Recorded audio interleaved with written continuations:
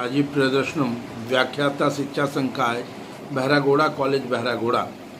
आज मैं सेमेस्टर 4 के बच्चों को पेपर 8 में नॉलेज एंड कैरिकुलम के बारे में, जो यूनिट 1 में है, नॉलेज के बारे में कुछ मैं बोलना चाहता हूँ, प्रकाश डालना चाहता हूँ।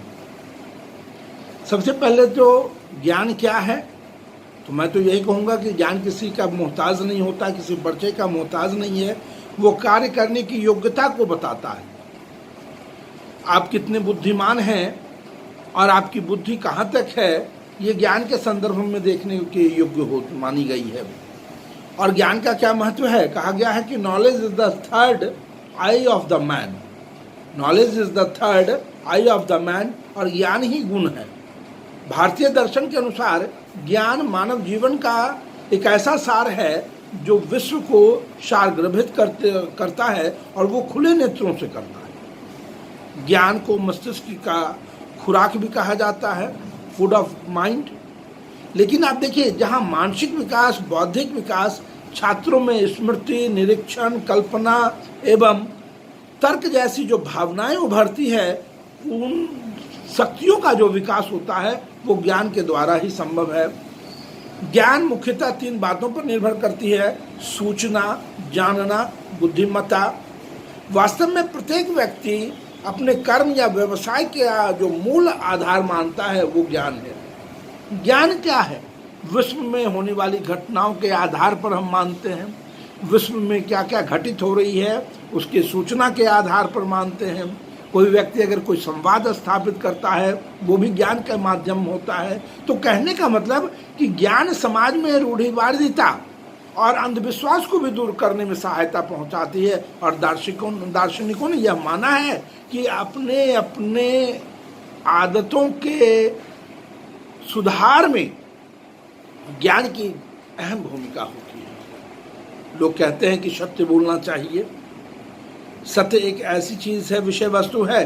प्रत्येक व्यक्ति यह कहता है कि सत्य बोलना चाहिए, लेकिन कहीं ना कहीं दिक्कत है। ज्ञान गुण है, नॉलेज इज वर्च्यू, और अज्ञान पाप है, इग्नोरेंस इज सिन। पुण्य और पाप में जो हम एक अंतर स्थापित करते हैं वो ज्ञान के माध्यम से ही हम कर पाते हैं।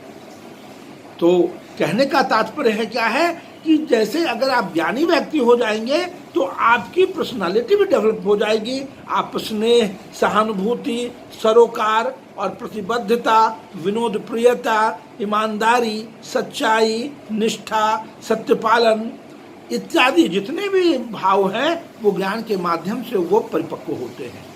कहने का तात्पर्य यह है कि ज्ञानी व्यक्ति शायद ही गलती करे। देखिए, मनुष्य है, मनुष्य में कुछ गुण और अवगुण पाए जाते हैं, किंतु जो शिक्षा है एक माध्यम है ज्ञान अर्जन करने का। सूचना के आधार पर, बोलने के आधार पर, देखने और सुनने के आधार पर, यानी हम ज्ञान में जो अपनी बातों को डालते हैं वो ज्ञान के माध्यम से ही होता है। अब शिक्षकों का प्रोफेशनल डेवलपमेंट की जहाँ तक बात आती है तो वो ज्ञान के माध्यम में है। जैसे नैतिकता, संवेगात्मक भावना, नागरिकता का बोध, सौंदर्य का बोध एवं इत्यादि जितनी सारी बातें हैं वो ज्ञान के माध्यम से उपलब्ध होती है। तो अब देखिए, ज्ञान को मस्तिष्क का खुराक कहा जाता है। जैसे मनुष्य की जिंदगी जीने के लिए हमें भोजन की आवश्यकता, भोजन, पानी, जल की आवश्यकता होती है, उसी तरह मस्तिष्क की खुराक को कहा गया है ज्ञान। अर्थात ज्ञान को मस्तिष्क की खुराक माना गया है। और हम कल्पना करते हैं, निरीक्षण करते हैं, स्मृति का मतलब वो स्मृति को हम दोहराते हैं बार बार। हम नए स्वप्न गढ़ते हैं ज्ञान के माध्यम से, और ज्ञानी लोग अपनी भावनाओं पे भी वश रखते हैं, भावनाओं पे भी वश रखते हैं, नैतिकता का सम्मान करते हैं। तो कहने का तात्पर्य क्या है कि ज्ञान और पाठचर्या, इस संदर्भ में जो बातें होती हैं, पाठचर्या क्या है? एक ऐसा साधन है जिसके जो हमारा मार्गदर्शन करता है। इसलिए ज्ञानी व्यक्ति ही बहुत आगे जाता है और ज्ञान की कल्पना शिक्षा के माध्यम से की जा सकती है, अन्यथा बिल्कुल नहीं। धन्यवाद।